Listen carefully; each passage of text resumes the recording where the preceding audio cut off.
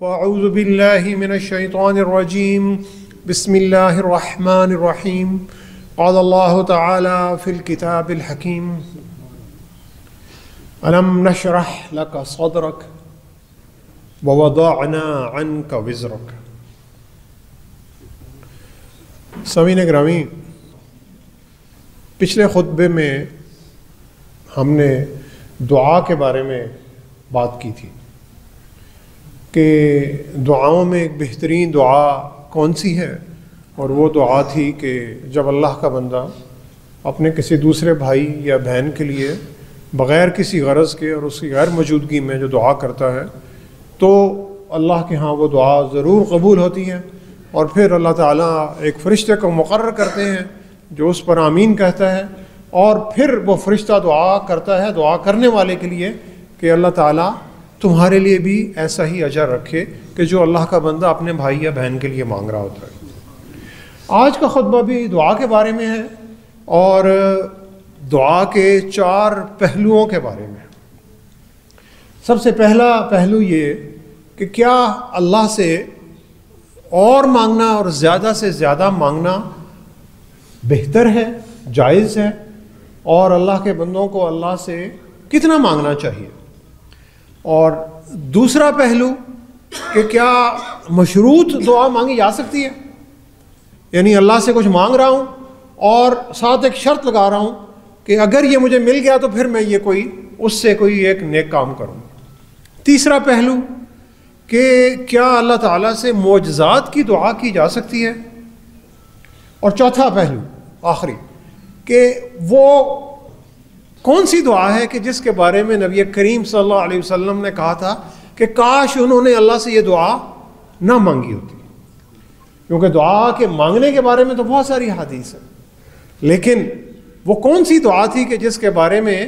نبی کریم صلی اللہ علیہ وسلم نے کہا کہ کاش انہوں نے یہ دعا نہ مانگی ہوتی۔ تو دعا کے بارے میں پیارے نبی صلی اللہ علیہ وسلم کی ایک مشہور حدیث ہے جو اکثر سنتے ہیں کہ تم میں سے ہر بندہ اپنی ہر حاجت چھوٹی یا بڑی وہ رب العالمین سے مانگے، یہاں تک کہ اگر تمہارے جوتے کا ایک تسمہ بھی ٹوٹ جائے تو تم یہ حاجت اللہ کے پاس لے کر جاؤ، کیونکہ اللہ سے مانگنے میں کوئی جھجک نہیں ہے، کوئی شرم نہیں ہے، کوئی پردہ نہیں ہے، اور وہ دینے والے ہیں، ان کا در کھلا ہوا ہے، تو تم اپنی حاجتیں جو ہیں اس دینے والے کے پاس لے کر جاتے رہو، اپنی حاجتوں کو پورا کرنے کے لیے پوری کوشش کرو، پورے جو دنیاوی اسباب ہیں انہیں بروئے کار لاؤ، اور پھر معاملہ جو ہے وہ اللہ پر چھوڑو، اور اللہ تعالیٰ اپنی رحمت سے اس معاملے میں برکت فرمائیں گے۔ تو نبی کریم صلی اللہ علیہ وسلم سے کسی نے پوچھا کہ توکل کیا ہے؟ آپ صلی اللہ علیہ وسلم نے فرمایا کہ توکل یہ ہے کہ تم اونٹ کو پہلے رسی سے باندھو، پھر اس کی حفاظت کے لیے اللہ پر توکل کرو۔ تو پہلے پوری کوشش کریں، جتنے بھی آپ کوشش کر سکتے ہیں بہترین صلاحیتوں کو بروئے کار لاتے ہوئے، اور پھر اس کے بعد معاملہ جو ہے وہ اللہ پر چھوڑ دیں۔ اور دعا کا سب سے پہلا مرحلہ کیا ہے؟ دعا کا سب سے پہلا مرحلہ یہ ہے کہ اللہ تعالیٰ نے ہم میں سے ہر ایک کو، امیر کو، غریب کو، چھوٹے کو، بڑے کو، طاقتور کو، کمزور کو، بیمار کو، صحت مند کو، ہر ایک کو بے بہا نعمتیں دی ہوئی ہیں۔ دعا کا سب سے بنیادی اصول یہ ہے کہ جب ہم اللہ کے حضور ہاتھ اٹھاتے ہیں تو ہم اس سے پہلے اللہ تعالیٰ نے جتنی بھی ہمیں نعمتیں دی ہوئی ہیں ان نعمتوں کو تسلیم کر رہے ہیں اور ان نعمتوں کا شکر ادا کر رہے ہیں۔ تسلیم کا مطلب یہ ہے کہ اللہ نے جو بھی ہمیں نعمت دی ہے اس نعمت پر ہم خوش ہیں، اس نعمت پر ہم اللہ سے راضی ہیں، اللہ کے شکر گزار ہیں، اور پھر اللہ سے اور ہم مانگ رہے ہیں۔ اور ہم یہ بھی جانتے ہیں کہ اللہ نے ہمیں جو کچھ بھی دیا، صحت دی، عمر دی، اولاد دی، خاندان دیا، ہر چیز وہ ہماری اوقات سے کہیں بڑھ کر ہے، کیونکہ ہم سے بہت اچھے اچھے لوگ موجود ہوتے ہیں معاشرے میں، اور ان کو اللہ نے شاید اتنی نعمتیں نہیں دی ہوتی جتنی اللہ نے نعمتیں ہمیں دی ہوتی ہیں۔ تو اور پھر ہم اللہ کے پاس ہاتھ اٹھاتے ہیں اور اللہ سے اور نعمتیں مانگتے ہیں۔ نبی کریم صلی اللہ علیہ وسلم سے سوال کیا گیا کہ کیا ہم اللہ سے زیادہ مانگ سکتے ہیں؟ تو پیارے نبی صلی اللہ علیہ وسلم نے فرمایا کہ تم اللہ تعالیٰ سے زیادہ بھی مانگ سکتے ہو، کچھ بھی مانگ سکتے ہو، اور اللہ سے مانگو تو یقین کے ساتھ مانگو، اور اسی طرح مانگو کہ جس طرح حضرت زکریا علیہ السلام نے، وہ بہت بوڑھے ہو گئے تھے، بزرگ ہو گئے تھے، ہڈیاں ان کی بالکل جواب دے رہی تھیں، اور انہوں نے، ان کے یہاں اولاد نہیں تھی، اور انہوں نے اللہ کے حضور اولاد کے لیے دعا کی، اور ابھی دعا تو بعد میں ان کی قبول ہوئی، لیکن اس سے پہلے ہی وہ یہ کہہ رہے ہیں اللہ سے وَلَمْ أَكُمْ بِدُعَائِكَ رَبِّ شَقِيًّا، اے میرے رب میں آپ سے مانگ کر کبھی مایوس نہیں ہوا، میں آپ کے در سے کبھی بھی خالی ہاتھ نہیں لوٹا۔ تو پہلی بات یہ ہے کہ اللہ سے زیادہ مانگا جا سکتا ہے، کوئی اس کی لمٹ نہیں ہے، کوئی حد نہیں ہے، کیونکہ اللہ کے دربار میں جب اللہ کا بندہ مانگتا ہے تو اللہ کو اپنے بندے کو خالی ہاتھ لوٹاتے ہوئے بہت شرم آتی ہے۔ دوسری بات کہ کیا ہماری دعا کنڈیشنل ہونی چاہیے، مشروط ہونی چاہیے، کہ اگر اللہ تعالیٰ مجھے زیادہ دولت عطا کریں گے تو میں اللہ کی راہ میں زیادہ خرچ کروں گا، جب میں حج کر لوں گا، جب مجھے حج کی سعادت نصیب ہو جائے گی، اس کے بعد پھر میں جو بھی چھوٹی موٹی برائیاں کرتا ہوں ان برائیوں سے میں دور ہو جاؤں۔ اگر اللہ تعالیٰ مجھے زیادہ فرصت دیں گے تو میں زیادہ نفل پڑھوں گا، زیادہ ذکر اذکار کروں گا۔ اللہ تعالیٰ مجھے اگر زیادہ اچھی صحت دیں گے تو میں اللہ کی عبادت اور بڑھ کے کروں گا۔ ابھی میرے پاس جو آ رہا ہے، میری آمدنی حلال کی نہیں ہے، حلال حرام مکس ہو کے آ رہا ہے، تھوڑی سی اور آمدنی بڑھ جائے، میرے پاس اتنا آ جائے کہ میرے گھر کا گزارا چلنا شروع ہو جائے، پھر اس کے بعد جو ہے نا میں حلال کی طرف آ جاؤں گا اور اللہ کی راہ میں خرچ کرنا شروع کر دوں گا۔ یہ مشروط دعائیں جنہیں کہتے ہیں ifs and buts، اللہ تعالیٰ نے ایسی مشروط دعاؤں کو سخت ناپسند فرمایا، اور قرآن مجید میں اللہ تعالیٰ نے ایسے اشخاص پر بڑی سخت کڑی تنقید کی، اور جس طرح اللہ نے کہا فَلَوْ أَنَّ لَنَا كَرَّةً فَنَكُونَ مِنَ الْمُؤْمِنِينَ، کہ قیامت کے دن وہ لوگ جنہوں نے کفر کیا ہوگا وہ یہ کہیں گے کہ اگر اللہ مجھے دنیا میں جانے کا دوبارہ ایک موقع اور مل جاتا فَنَكُونَ مِنَ الْمُؤْمِنِينَ، تو میں ضرور مومنین میں سے شامل ہو جاتا۔ اور پھر کچھ لوگ یہ بھی کہیں گے لَوْ أَنَّ اللَّهَ هَدَانِي لَكُنْتُ مِنَ الْمُتَّقِينَ، میرا تو قصور نہیں ہے، اے اللہ مجھے تو اللہ نے ہدایت نہیں دی، اگر اللہ تعالیٰ مجھے ہدایت دے دیتے تو میں ضرور متقین میں اور نیک لوگوں میں شامل ہو جاتا۔ اور پھر جب کسی کی موت کا وقت قریب آتا ہے تو اللہ تعالیٰ کہتے ہیں کہ وہ شخص کہ جو گناہ کرتا آ رہا ہے اور جب اس کی موت کا وقت سامنے آ جاتا ہے تو وہ کہے گا لولا اخرتنی الی اجل قریب فاصدق واکن من الصالحین، جب وہ دیکھ لے گا کہ اب اس کا آخری وقت آ گیا تو وہ کہے گا اے میرے رب آپ مجھے تھوڑی سی مہلت اور دے دیتے، فاصدق، میرے پاس اتنا مال دولت تھا میں آپ کی راہ میں صدقہ کر دیتا، اور واکن من الصالحین، اور میں نیک لوگوں میں شامل ہو جاتا۔ یعنی کہ اللہ تعالیٰ سے اور مہلت مانگ رہے ہیں۔ تو سامعین گرامی، یہ جو مشروط دعائیں اور جن میں ہم بندے جو ہیں وہ شرط لگا دیتے ہیں، یہ دعائیں اللہ کے ہاں غیر مقبول، اللہ تعالیٰ ایسی دعاؤں کو سخت ناپسند فرماتے ہیں۔ مقبول دعا کون سی ہے اللہ کے؟ مقبول دعا یہ ہے کہ اللہ کا بندہ اچھا کام کرتا ہے، نیک کام کرتا ہے، کوئی بھی نیک کام، کس لیے؟ اللہ کی رضا کے لیے، اللہ سے مانگنے کے لیے نہیں۔ اللہ کا بندہ نیک کام کرتا ہے، اچھے کام کرتا ہے، صرف اللہ کی رضا کے لیے کرتا چلا جاتا ہے، اور پھر جب اس پر کوئی مصیبت آتی ہے، تکلیف آتی ہے، وہ پھر اللہ کو اپنے ان نیک اعمال کا کہ جو اللہ کے لیے اس نے کیے تھے بغیر کسی غرض کے اور بغیر کسی اجر کی توقع رکھے، ان کا جب واسطہ دے کر وہ اللہ سے دعا مانگتا ہے، ریفرنس دیتا ہے، تو اللہ تعالیٰ اس کی اس دعا کو ضرور قبول فرماتا ہے۔ یعنی کام کرتے رہے، نیک کام کرتے رہے، اچھے کام کرتے رہے، جس میں فرائض بھی پورے کرتا رہا، سنتیں بھی پورے کرتا رہا، خلق خدا کے لیے بھی اچھا رہا، حلال بھی کماتا رہا، محنت سے کام کرتا رہا، سب اچھے کام کرتا رہا، اور پھر اللہ کے حضور گیا، کوئی مصیبت آ گئی، کوئی تکلیف آ گئی، نہیں بھی آ گئی، کوئی اور بہتر اللہ سے نعمت مانگنی ہے، اللہ کے حضور گیا اور اللہ کو اپنے اس نیک اعمال کا کہ جو پیچھے سے کرتا آ رہا ہے اس کا اگر اس نے واسطہ دے کر اللہ سے دعا کی تو اللہ تعالیٰ اس دعا کو ضرور قبول فرماتے ہیں. یعنی نیکی پہلے کی، دعا بعد میں کی، نیکی پہلے اور دعا اس کے بعد میں. نبی کریم صلی اللہ علیہ وسلم کی ایک اور بہت مشہور حدیث ہے، اور جس میں آپ صلی اللہ علیہ وسلم نے ان 3 آدمیوں کا قصہ بیان کیا کہ جو ایک غار میں، جنہوں نے طوفان سے بچنے کے لیے غار میں پناہ لی، اور پھر غار کے اوپر ایک تودا اور ایک چٹان آ کر رک گئی اور ان کے باہر نکلنے کا راستہ جو تھا وہ بند ہو گیا. اور تو ان تینوں بندوں نے اپنی پاسٹ میں، ماضی میں جو کی گئی نیکیاں تھیں، ان نیکیوں کو وسیلہ بنا کر اللہ سے دعا کی. پہلے شخص نے اپنے والدین کی، اپنے بوڑھے اور بزرگ والدین کی خدمت کو وسیلہ بنایا، اور اس نے کہا کہ اللہ ایک دن میں اپنے والدین کے پاس دودھ کا پیالہ لے کر کھڑا رہا اور میرے والدین دونوں سو گئے،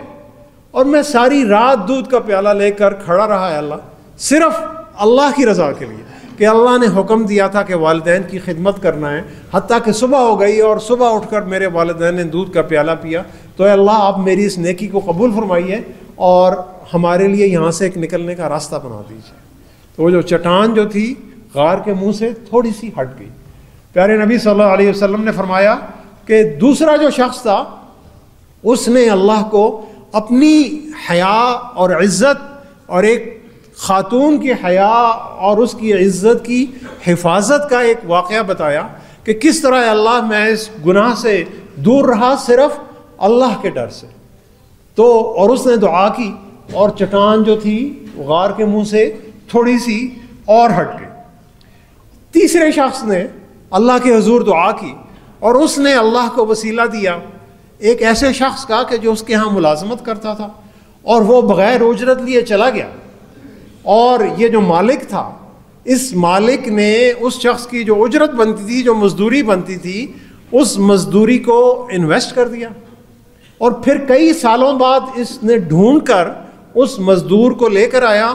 اور اس وقت اس نے جو انویسٹمنٹ کی تھی وہ اس کا ایک پورا ایک غلہ اور بھیڑ اور بکریوں اور گاؤں کا ایک ریوڑ بن گیا تھا. اور اس نے کہا یہ تمہاری مزدوری ہے اور یہ مزدوری لے جاؤ. اور وہ مزدور جو تھا کہ جس کی صرف ایک یا کچھ دن کی مزدوری تھی، اس مزدوری کے عوض اسے بہت ایک زیادہ مال و دولت مل گیا. تو اس شخص نے کہا کہ اللہ میں نے صرف آپ کی خوشی کے لیے یہ کام کیا تھا. تو اللہ تعالیٰ نے اس چٹان کو اس غار کے منہ سے ہٹا دیا، اور وہ جو تینوں جو تھے ان کی بندے جو تھے وہ زندگی کی طرف لوٹ آئے. تو یہ معجزہ تھا. تو جو تیسرا آج کا پہلو ہے خطبے کا کہ کیا معجزات کے لیے دعا کی جا سکتی ہے؟ بالکل کی جا سکتی ہے. معجزات کے لیے دعا کی جا سکتی ہے. معجزوں کا سلسلہ بند نہیں ہوا. اللہ تعالیٰ ہر روز ہر وقت اپنے بندوں کے ساتھ کئی ایسے معجزے کرتے ہیں کہ جو انسان تصور میں بھی نہیں لا سکتا، اور عقل اور فہم میں وہ چیزیں آ ہی نہیں سکتی، اور اللہ تعالیٰ کئی ایسے انسان کے لیے مواقع فراہم کرتے ہیں. لیکن معجزے کے لیے 2 شرطیں. پہلی شرط ان 3 بندوں کی طرح کی کہ جو اللہ کا بندہ ہے اس کے اکاؤنٹ میں نیکیوں کا بیلنس ہونا بڑا ضروری ہے. اس کے اکاؤنٹ میں نیکیوں کا ڈپازٹ ہونا بڑا ضروری ہے، خصوصی طور پر وہ نیکیاں کہ جنہیں اللہ کی مخلوق کی بہتری کے لیے استعمال کیا گیا. یعنی وہ نیکیاں کہ جو اللہ کے بندے نے اللہ کی مخلوق کو فائدہ دینے کے لیے کی، ان نیکیوں کا اللہ کے اس بندے کے اکاؤنٹ میں بیلنس جو ہے نا وہ بڑا ضروری ہے. اور اللہ کے بندے نے وہ نیک عمل صرف اور صرف اللہ کی رضا کے لیے کیے ہوں، کسی بندے کو خوش کرنے کے لیے، کوئی فوٹو سیشن بنانے کے لیے یا اپنی مشہوری کے لیے نہ کیے ہوں، اور انہوں نے صرف اللہ کی خوشنودی کے لیے کیے ہوں. اور دوسری شرط کیا ہے کہ معجزے کے ہونے کے لیے کہ معجزے کے لیے آپ دعا کر رہے ہیں کہ اللہ تعالیٰ ایک بات تو ہونی ہے، ہو نہیں سکتی، عقل میں سمجھ نہیں آتی، لیکن اللہ آپ کی رحمت میں کوئی کمی نہیں ہے، آپ اس کام کو اپنی رحمت سے میرے لیے آپ کن کر دیجئے۔ تو اس معجزہ مانگنے کا مقصد کیا ہے، محرک کیا ہے، موٹیویشن کیا ہے، کس مقصد کے لیے آپ وہ معجزہ مانگ رہے ہیں؟ کیا آپ وہ معجزہ اس لیے مانگ رہے ہیں کہ میں بہت بڑا آدمی بن جاؤں؟ کیا آپ وہ معجزہ اس لیے مانگ رہے ہیں میرے پاس بہت مال و دولت آ جائے؟ کیا آپ وہ معجزہ اس لیے مانگ رہے ہیں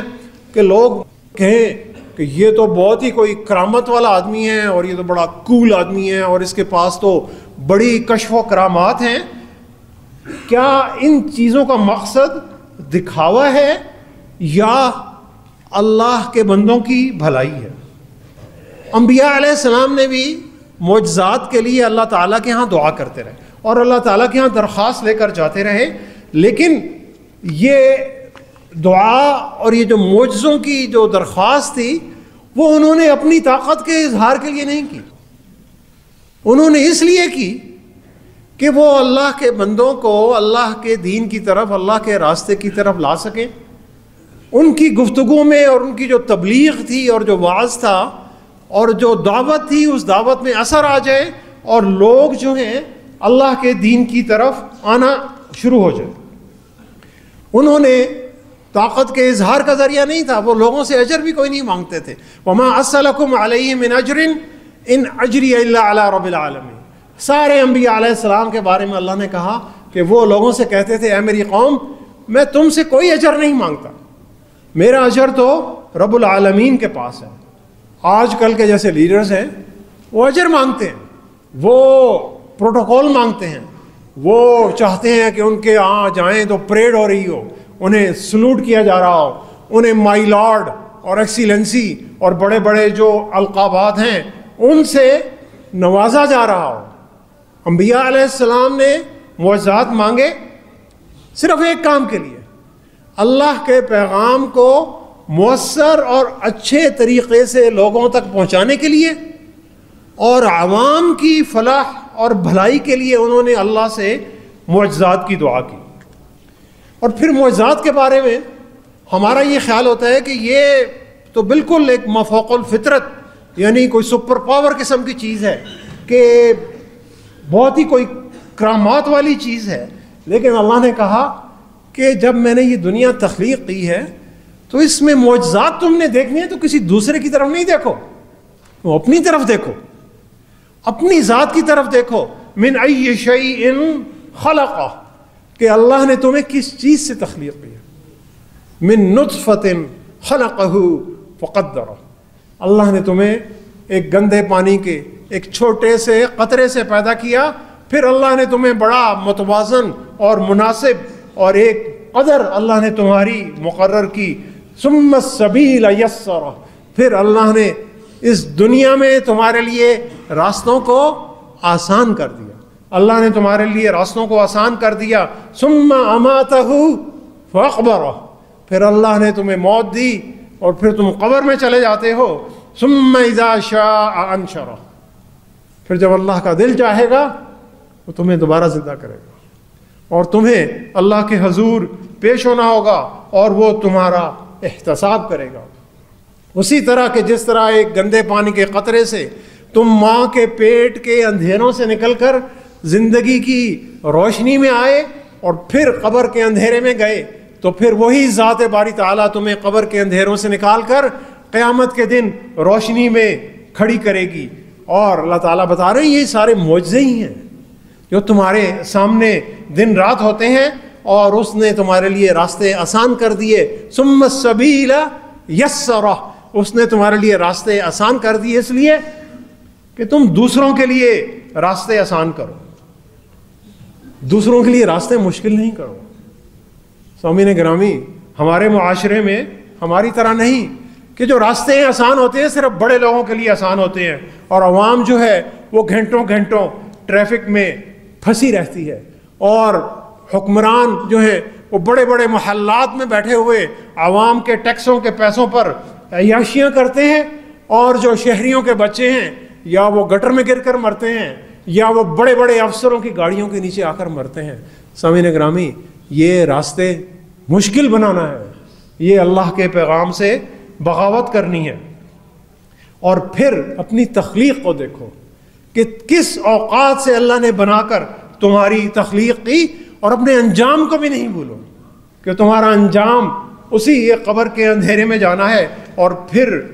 تم نے وہاں سے نکلنا ہے۔ تو معجزات اگر مانگنے ہیں تو اپنی طاقت کے لیے نہیں مانگو، معجزات مانگنے ہیں تو اللہ کی مخلوق کی بھلائی کے لیے مانگو، اور اس دنیا میں خیر اور بھلائی اور نیکی پھیلانے کے مقصد سے مانگو۔ سامعین گرامی، نبی کریم صلی اللہ علیہ وسلم کی جو زندگی کا مقصد تھا، صرف اور صرف ایک ہی مقصد اگر اس کو ڈالا جائے چند لفظوں میں، وہ انسانیت کی اور امت کی بھلائی تھی۔ اور ان کے بارے میں اللہ نے کہا النبی اولی بالمؤمنین من انفسہم، جتنا مومن اپنی جان سے پیار کرتے ہیں، اللہ کے نبی اس سے بڑھ کر اس مومن سے پیار کرتے ہیں۔ سامعین گرامی، اس سے بڑی اس لیڈرشپ کی کوئی اور مثال ہو سکتی ہے کہ ہر بندہ سب سے زیادہ اپنی جان سے پیار کرتا ہے، سب سے زیادہ اپنی جان سے پیار کرتا ہے، اپنی جان کی حفاظت کرتا ہے۔ اللہ تعالیٰ کہہ رہے ہیں کہ تم جتنا اپنی جان سے پیار کرتے ہو، نبی صلی اللہ علیہ وسلم اس سے بڑھ کر تم سے پیار کرتے ہیں۔ یہ وہ رحمت للعالمین کا ماڈل تھا، اور اس لیے پیارے نبی صلی اللہ علیہ وسلم معجزات کے خواہش مند تھے، اس لیے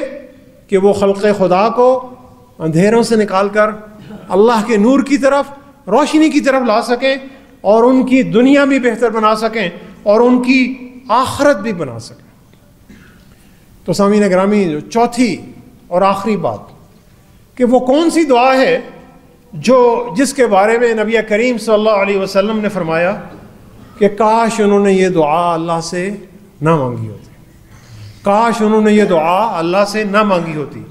حضرت ابن عباس رضی اللہ تعالیٰ عنہ فرماتے ہیں کہ نبی کریم صلی اللہ علیہ وسلم نے فرمایا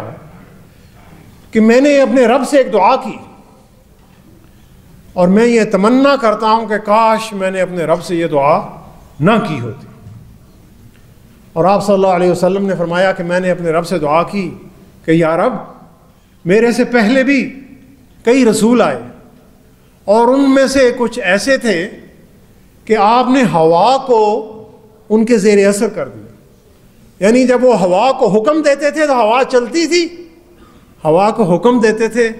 تو ہوا رک جاتی تھی، یعنی ان کو اللہ تعالیٰ نے اتنے معجزے عطا کیے کہ ہوا تک بھی ان کے قابو میں تھی۔ ہوا کو چلاتے تھے تو ہوا چلتی تھی،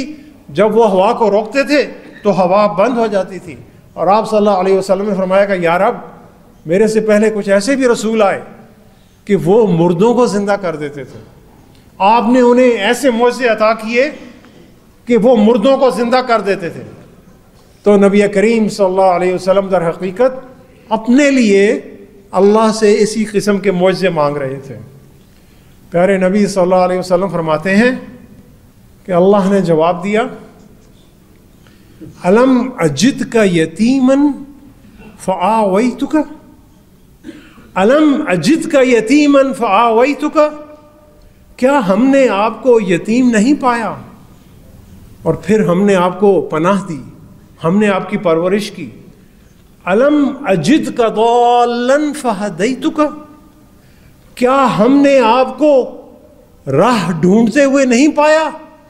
اور پھر ہم نے آپ کو راہ دکھائی، پھر ہم نے آپ کو ہدایت دکھائی۔ الم اشرح لک صدرک ووضعت عنک وزرک، الم اشرح لک صدرک ووضعت عنک وزرک، کیا ہم نے آپ کے سینے کو کشادہ نہیں کر دیا، اور کیا ہم نے آپ کے بوجھ کو ہلکا نہیں کر دیا؟ تو پیارے نبی صلی اللہ علیہ وسلم فرماتے ہیں کہ میں نے کہا بلا یا رب، یقیناً اے میرے مالک، آپ نے ایسا ہی کیا۔ اور نبی رحمت صلی اللہ علیہ وسلم نے فرمایا کہ کاش میں اللہ سے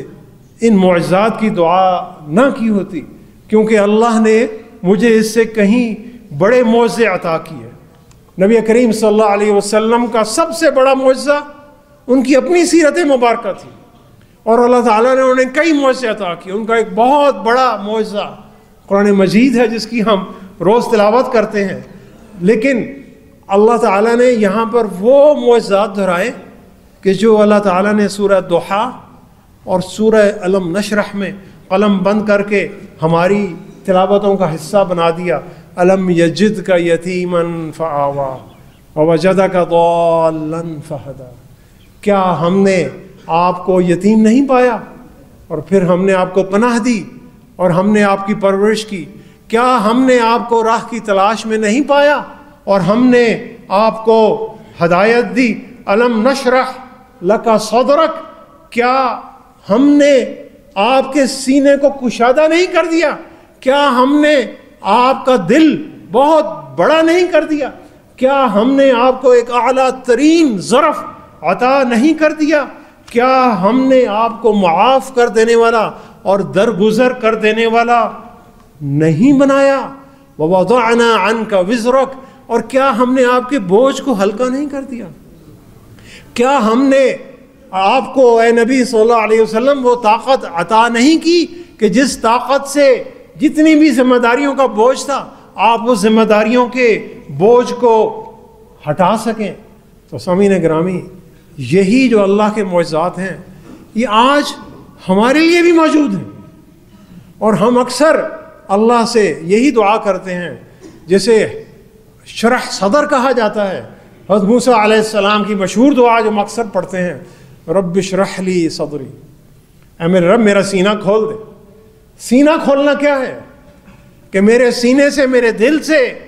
جتنے منفی خیالات ہیں، جتنی برائیاں ہیں، جتنا حسد ہے، جتنا کینہ ہے، جتنی غیبت ہے، جتنی برائی ہے، سب برے خیالات کو اے اللہ نکال دے۔